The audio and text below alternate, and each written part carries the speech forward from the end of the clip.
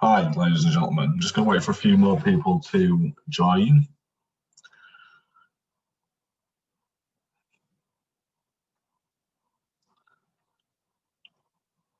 I don't know how this works. This is the first time I've done this, so please bear with me.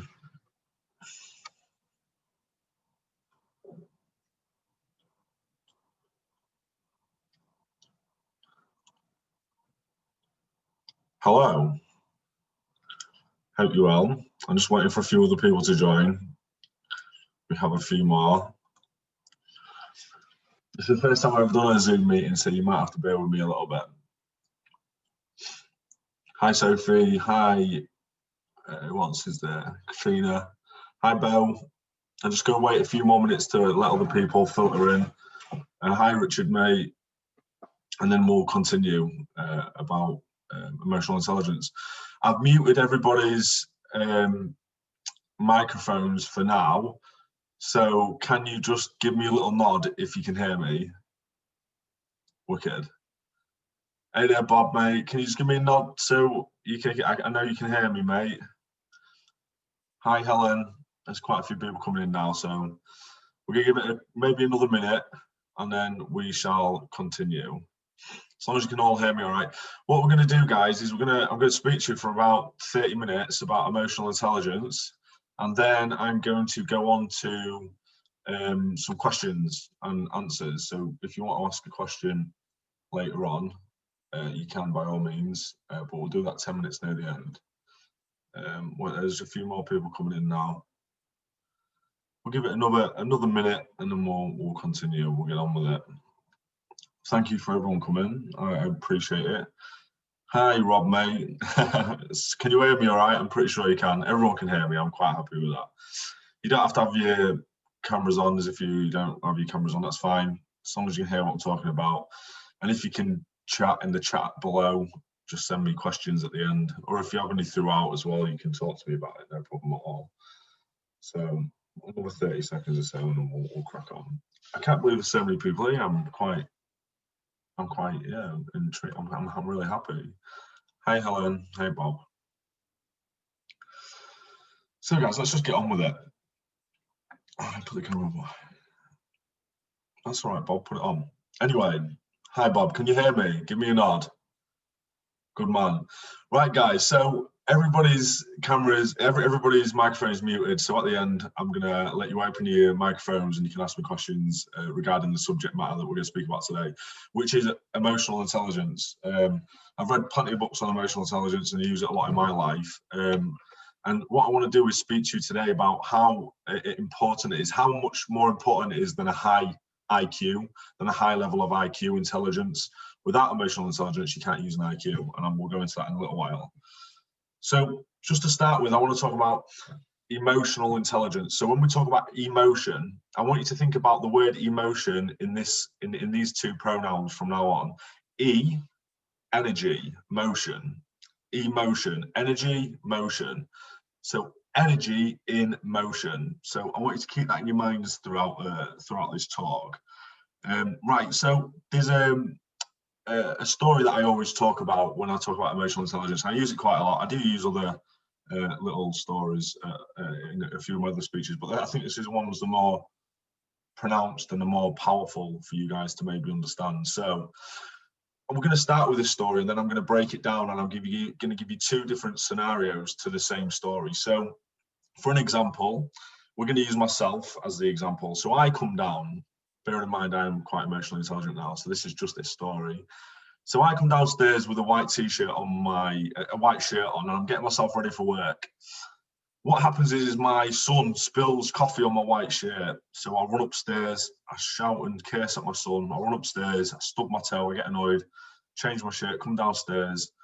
My wife is upset with me for the way I spoke to my son.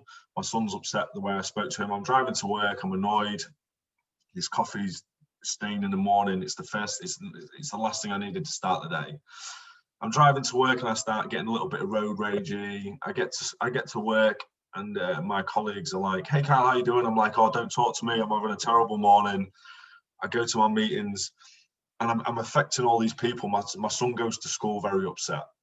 My wife's upset the way I spoke to my son in the morning. The colleagues are upset with the way I'm speaking to them. Now, my colleagues go on to other colleagues and say, don't go see Kyle today because he's in a bad mood. My wife's at work and the friends at work saying, what's gone on this morning? You know, I've affected all these people. That's how powerful my reaction in the morning was, from quite simply some coffee getting spilled onto my shirt. I allowed my emotions, energy, emotion to run, and I was reactive to every other emotion that came into my pathway along the day. So I was very reactive throughout the day. So what I want to do is take you back to the beginning of the story. Now, I come downstairs with a white shirt on and my son spills coffee on my shirt, and I quite simply observe, which I'll tell you about shortly, observe my build-up of emotion, and I don't react. I tell my son, don't worry, son, I'll go upstairs and I'll change my shirt. I come downstairs, have breakfast with my son, I drive to work quite happy. I tell my boss, sorry, I'm a little bit late, I had to change my shirt, you know how things are. Now, can you see with these two differentiating stories, the circumstance hasn't changed. Nothing in the circumstance has changed. Nothing at work, nothing driving to work, nothing at home.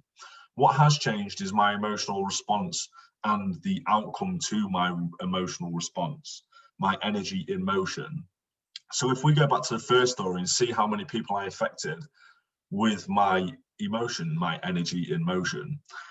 Like I said, when I was talking to my work colleagues and my wife and everybody, they then go off about their days and they say to their friends, their work colleagues, the people they come into contact with that day, oh God, I've had a terrible day. And then they absorb a bit of that energy and they carry on. It's like a domino effect. Everybody seems to be absorbing this energy from the most simplistic emotional response in the morning from something simplistically getting spilt onto my shirt. This is how powerful you are, and this is how much it has an effect on your reality and how it affects other people's lives and other people's realities, and how in turn we all know whatever we give into this world or put out into this world, we receive.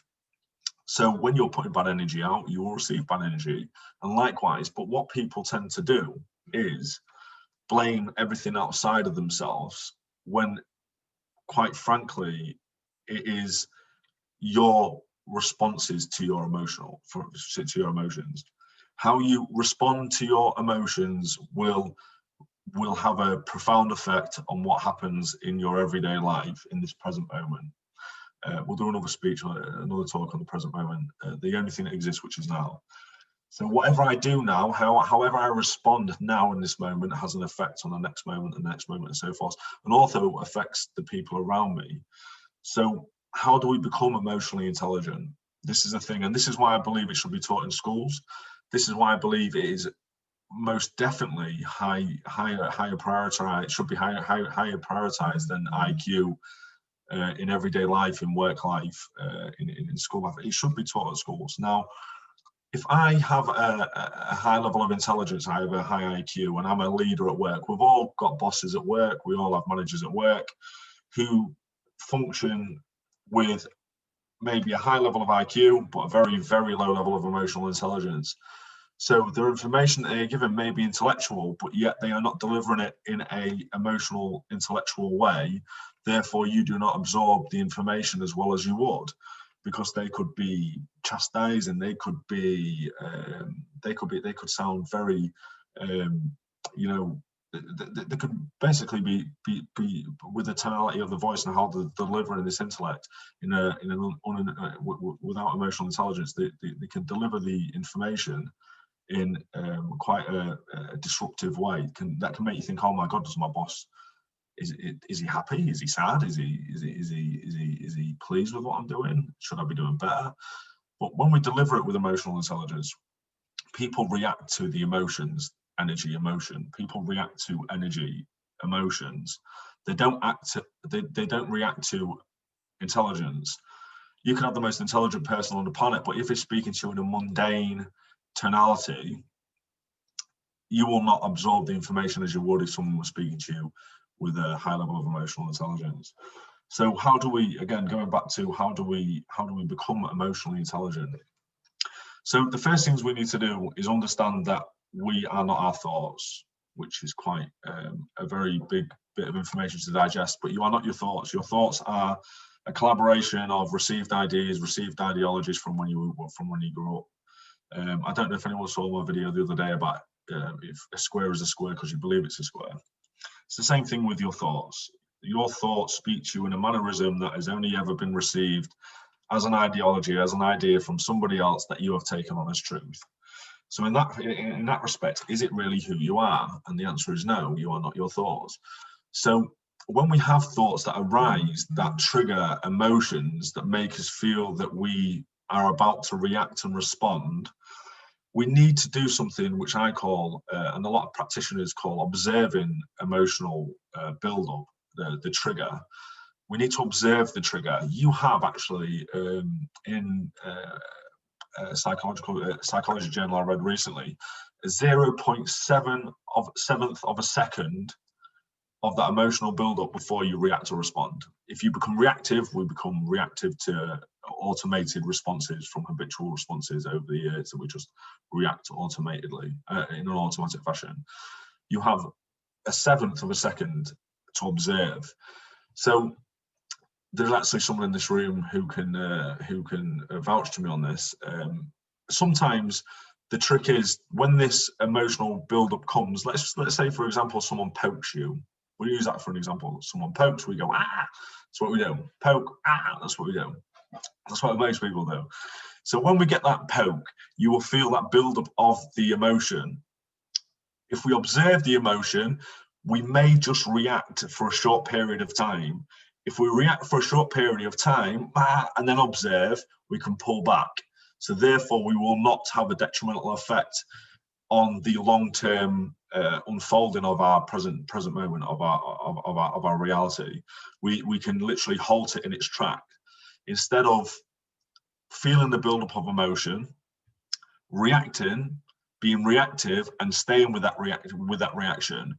When we get poked, we scream back, rah, rah, rah, rah. And then what happens? The person we're screaming at screams back. And it's likewise, you will receive everything that you put out. So when you do give out bad energy, bad emotional intelligence, you'll receive bad emotional reactions from other people. It's not an easy thing to do. It's something that you do need to learn over a period of time. There's many things we can talk about emotional intelligence, but I just wanted to talk today on the basic level on how we first learn to observe that build-up of emotion. So how we can observe the build-up, the 1/7 of a second. Remember, it's all you've got. It's not a long period of time.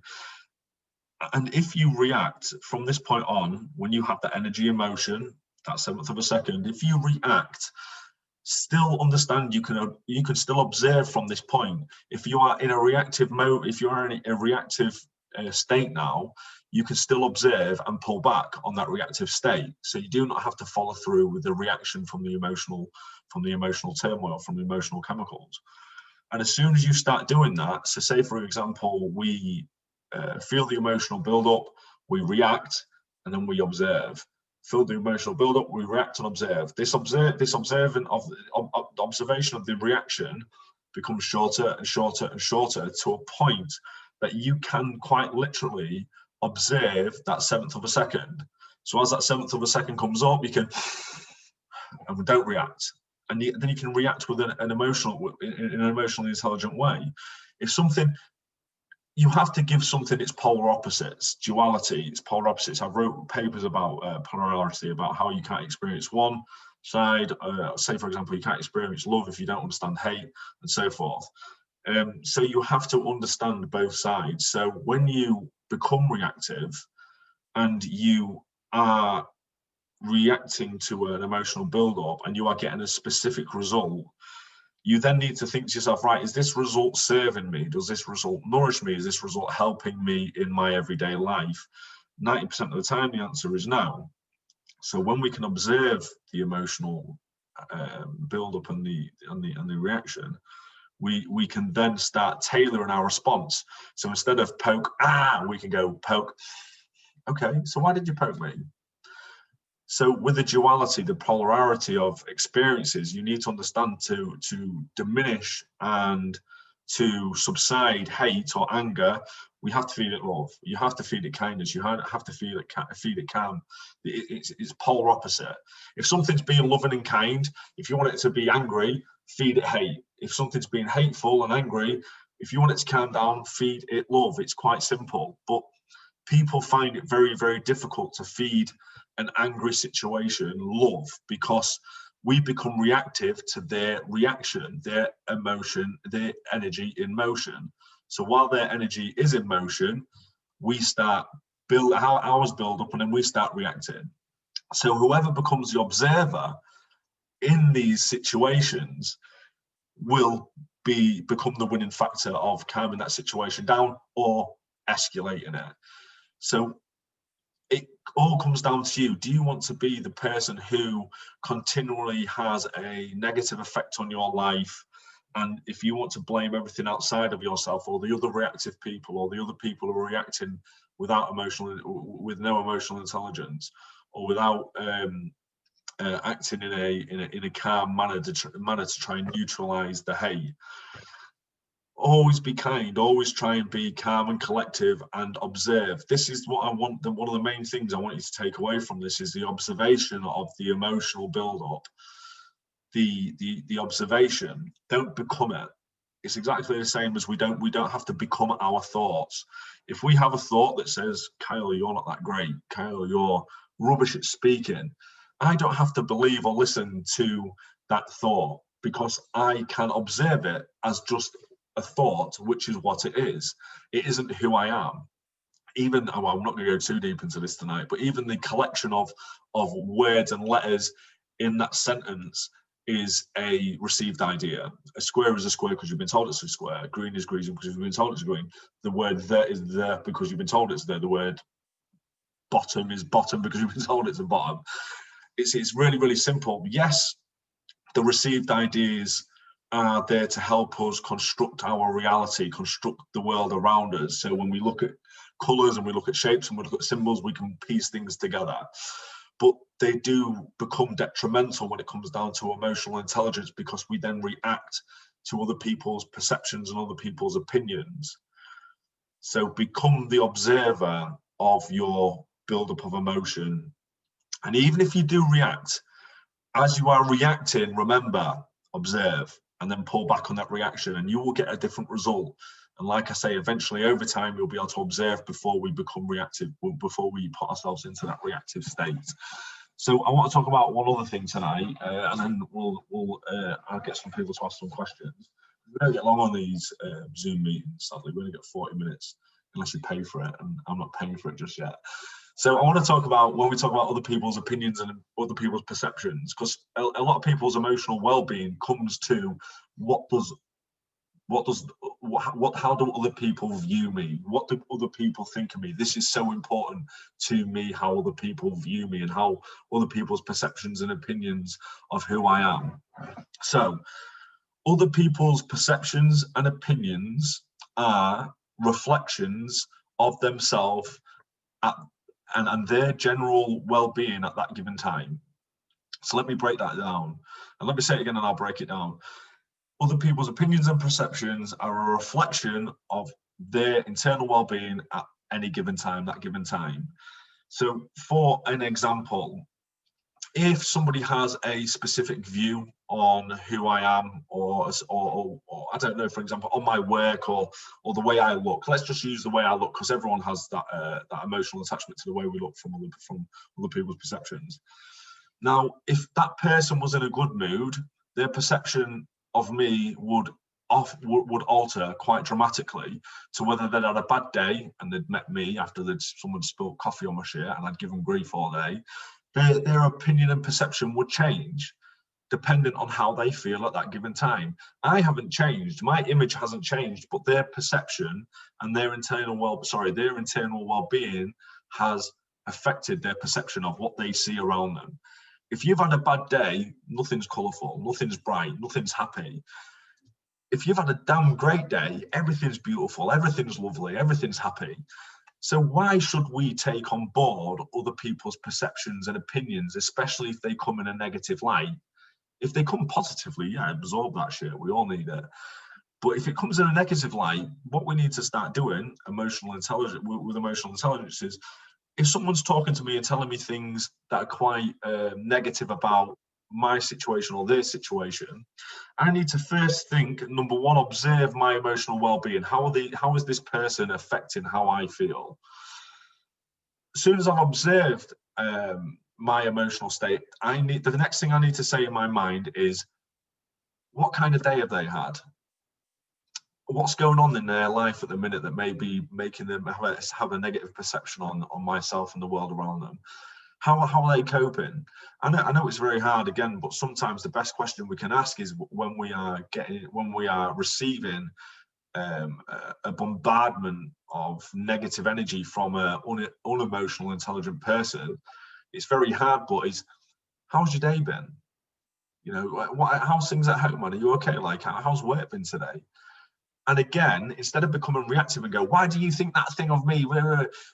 We have now diluting the anger and the frustration with calmness and kindness, because we are observing our own emotional intelligence, our own emotional build-up, and not being reactive to somebody who is less intelligent with their emotions.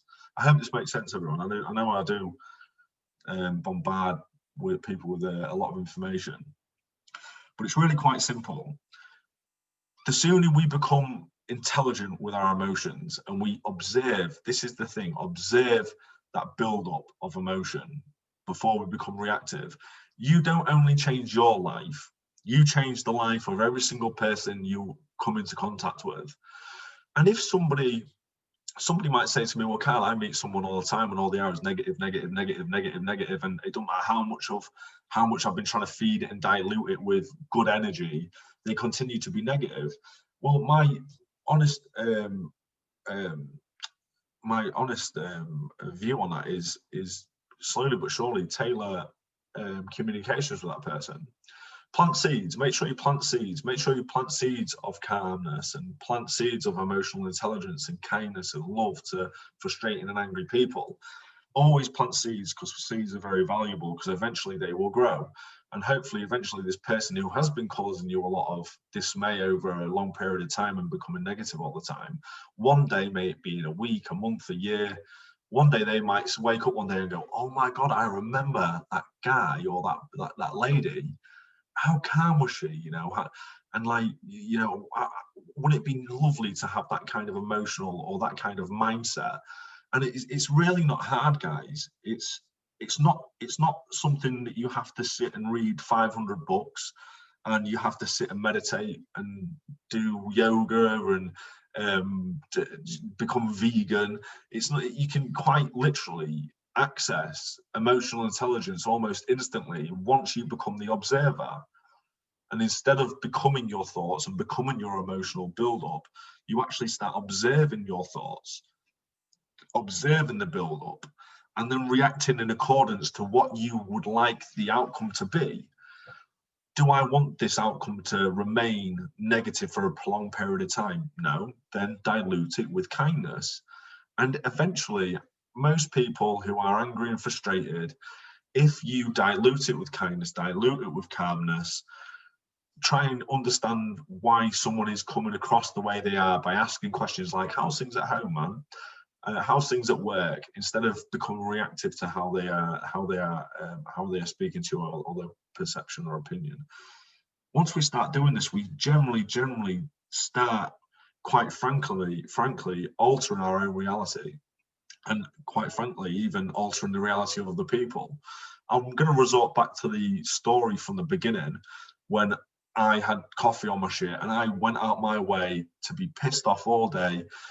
Look at how many people I affected. And not only people, I wouldn't have been able to affect an emotionally intelligent person. I bet I could have affected 100% of people with a very high IQ, but a very low level of emotional intelligence. So even if they've got a high level of intellect, they still would have gone away and gone, oh my God, stay away from Kyle. He's been a right dick this morning. You don't want to talk to him. Then he might go home after work and go, his wife might say, hey, how's your day been? And he might turn around and go, oh, don't talk to me. I've had a shit day at work. I've affected him, his wife, his family. I've affected my family, everybody I come into contact with, until I start becoming an observer of my emotional build-up and my reactive responsive.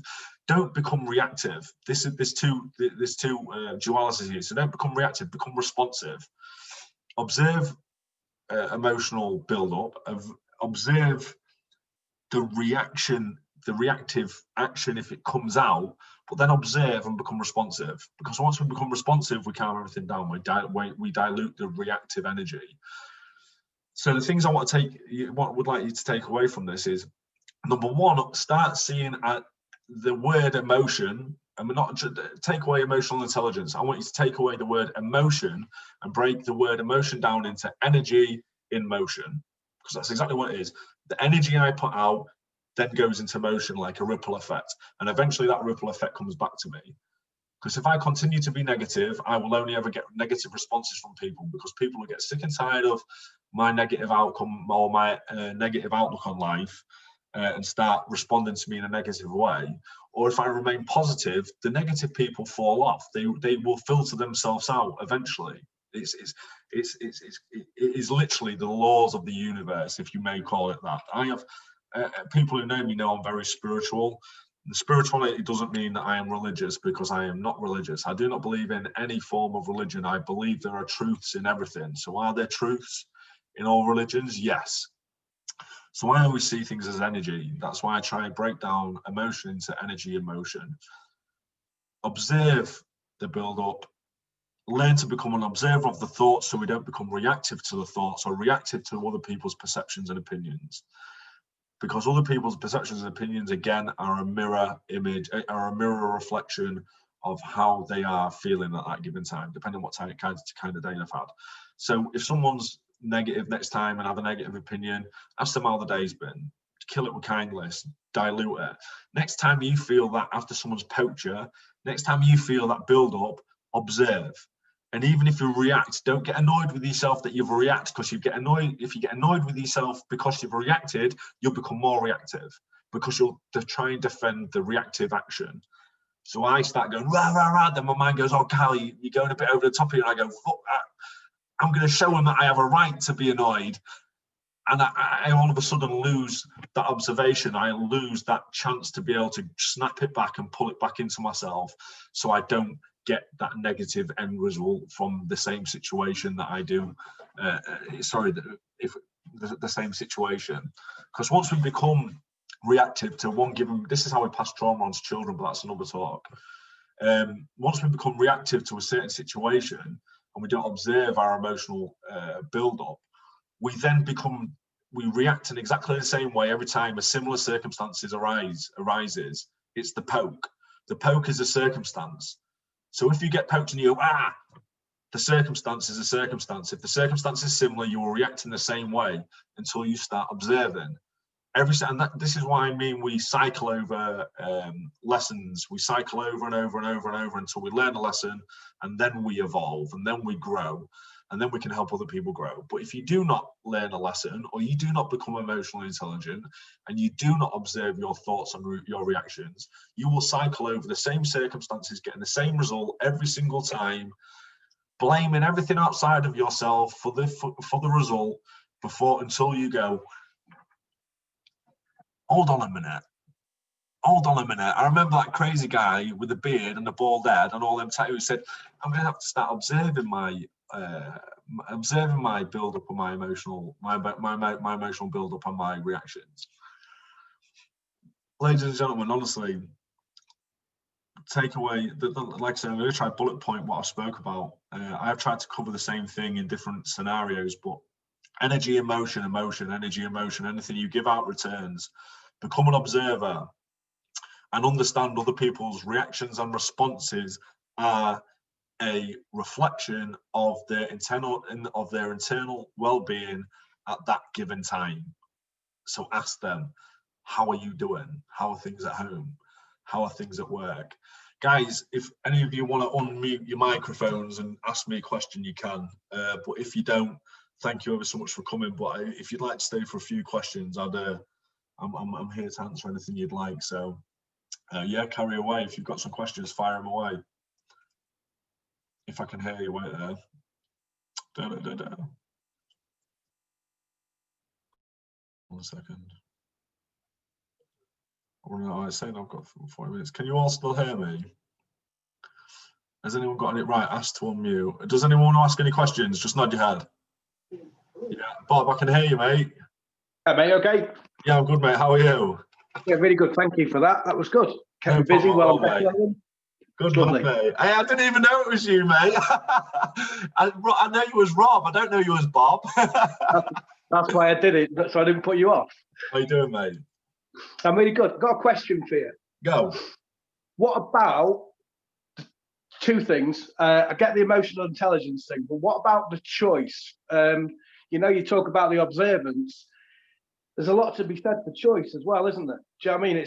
You consciously decide how you want to react. I get that it's really good to be positive because you know me, Captain Positive. But I don't think there's a lot wrong sometimes with embracing the negative thoughts and just sort of sitting them in them sometimes and just knowing that they are there. Yeah. So like you've got a conscious choice, not to become numb to it, but rather than kind of when you sit in observance, I think like the next step would be to choose. Does that make sense? Yeah, it does, mate. Yeah, no, I agree with everything you said there. Now, what I normally do is when I talk about observing, I don't mean normally when I observe thought, should I say, if I have a negative thought, I observe the thought, but I do not try and push it away. I sit and observe it, and it will naturally diminish itself because negative energy wants to be fed. Absolutely, it wants food.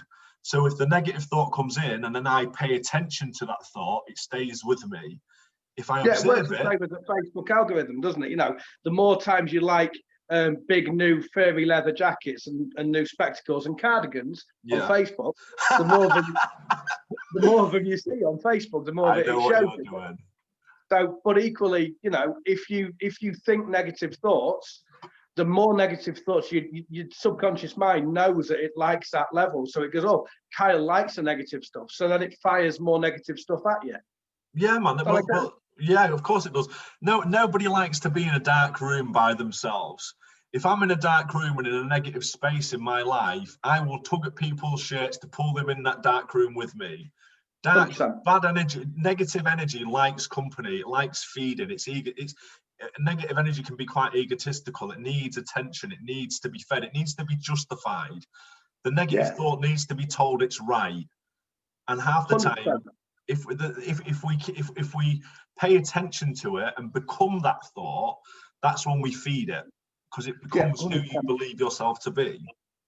100%. My other question for you was, I agree, nothing to do with cardigans or new cows. I agree with what you've said about perception is projection, effectively. So, you know, you can't recognize the qualities in someone unless you've got a little bit of that in you yourself. Mind reading is a really scary game, you know, and speaking to someone who does it professionally for a living.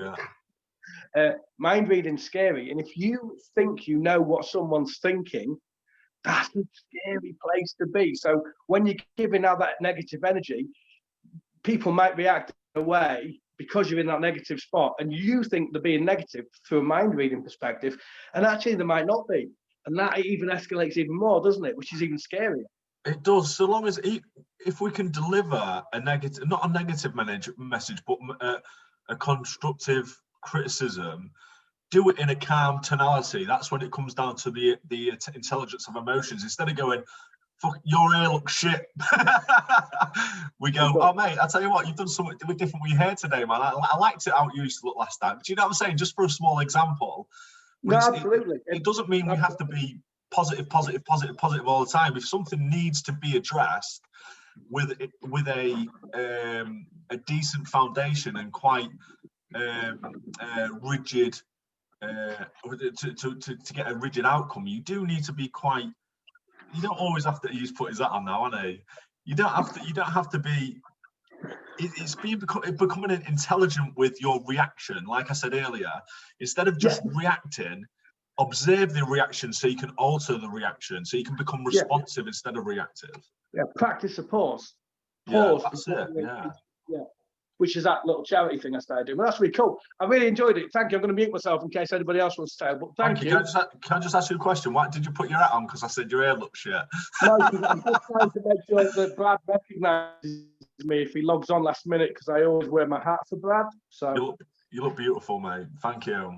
I try. Perception is projection, mate. That's what I'm saying. Is, you can't recognise the beauty unless you've got it in you yourself. Brilliant. I like it, mate. Thank you for coming, Rob. I appreciate it, mate. No, we do. Take care. You too, mate. Cheers. Is there anybody else who would like to ask a question? If not, I'm very grateful for you all to coming. But if you do have a question, please fire away now. If not, you can just get about your evenings. I hope you all have a beautiful evening, and thank you for coming again. But, hey Kyle, can I just have a quick chat? No, thank you. Well, I'll say thank you to start off with. That's a bit ignorant of me, really. That's all right. Thank you, Helen, for coming. No, you're welcome. I think at the minute, I mean, like within the society and things like that, I think we've all lost a bit of our emotional intelligence. I mean, people probably won't admit it, but I think we've all lost our way a little bit. You know, I think we're all a bit, especially with all this COVID stuff going on. Nobody knows what's going on. Everyone's just seems a bit lost at the minute. Yeah. I mean, if you date back to when there was that, it was that last that she committed suicide. I can't remember. Caroline Flack, that was her name. Yeah. Everyone, be kind, be kind, be kind. And now all you see is people slating each other on Facebook because they're doing this and they're doing that. And it almost, these bad vibes, I think they catch up with everybody. They end up people start to be like that, and they're stupid. Toilet roll hoarding. What was all that about? Yeah, no, I know exactly what you're saying, and I've got quite a good response for it. We become everything that we absorb. So when we look at these posts, when we look at the news, we have in my opinion, we have a negative default setting. Most people have a negative default setting of thought. And the reason being is because when we turn on the news, there's never ever a positive story. When we go on Facebook, no one's ever really got anything positive to say because negative energy likes to be fed. That's why we see a lot more negativity in the world. But when we view it and we absorb it, in my opinion, we see the world as volatile, which makes us then more reactive to these situations and name calling and other people's perceptions and opinions. My tip is, Helen, to again observe and don't digest. Don't like the thought side of things. If you have a thought and you feed it, it will stay there and build and build and build. If you see something on TV that's negative, like all this COVID stuff that's going on at the minute, if I feed that thought or that thing that I am viewing and digesting, it will become more predominant in my mind. Try find things you can be grateful for. If you find yourself falling a wayside to negative news and negative surroundings, find things in that day, in that 24-hour period, you can be grateful for. And we can be grateful for quite a lot of things. I can be grateful for the food I've just had. I'm grateful for this conversation. I'm grateful for my son. I'm grateful for being at uni. I'm grateful for everything. I'm grateful for my partner. I'm grateful for everything. And if I can find things I'm grateful for, I then start feeding my mind the positive energy, emotion, instead of feeding the negative the negative world outside of me, by allowing it to be absorbed and by feeding it with my thoughts and with my attention. My husband's poking me, going, that's you, that. A lot of people do it. Trust me, you're not the only person. So many people do it. I always ask people, why isn't there a positive news channel? Why? Yeah. And I'm not going to go into that deeply tonight because I'll take you all down a rabbit hole you don't want to go down just yet. But I believe it's all done. I believe it's all put in place to a degree to keep us purchasing, consuming. Women are changing the way they look. Men are becoming more suicidal because of the pressures of society.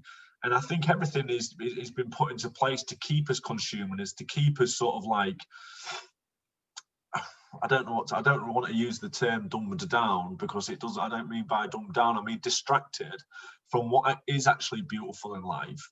And quite simply, if you put your hand on your chest and you feel that heart beating inside of your chest with no contract, you don't have to kickstart your heart in the morning. You don't have to press a button to start your heart. It keeps you alive in every moment, enjoying every present moment all the time. If that isn't the purest form of unconditional love, I don't know what is. Now, if I can speak at that level by just putting my hand on my heart, I don't need to turn the news on and sit there and go, oh my God, have you seen the numbers? Have you seen this? Oh, have you seen what Susan's saying about Dave? God, do you know, now I'm absorbing. I'm absorbing when I pay attention. Energy goes where energy flows where attention goes. So wherever your attention is, that's where your energy will flow. That's where your emotional state will flow. Yeah. Energy in motion, energy. If your attention goes onto something, your energy in motion, your emotional well-being will go to what you are putting your attention to. Does that make sense? It does, yeah, brilliant. Thank you ever so much. Lovely. No, thank you for coming, honestly, brilliant. Thanks a lot for coming, Alan. You're welcome. Take care. You too, ta-da. Bye-bye. Is there any other questions? If you aren't getting any questions, if you just leave the room, and then I'll know everyone's had enough. But yeah, take care, everyone, unless there's any more questions. No questions. Take care, guys. Love you all. Thank you for coming. I'll do another one next week. Big love.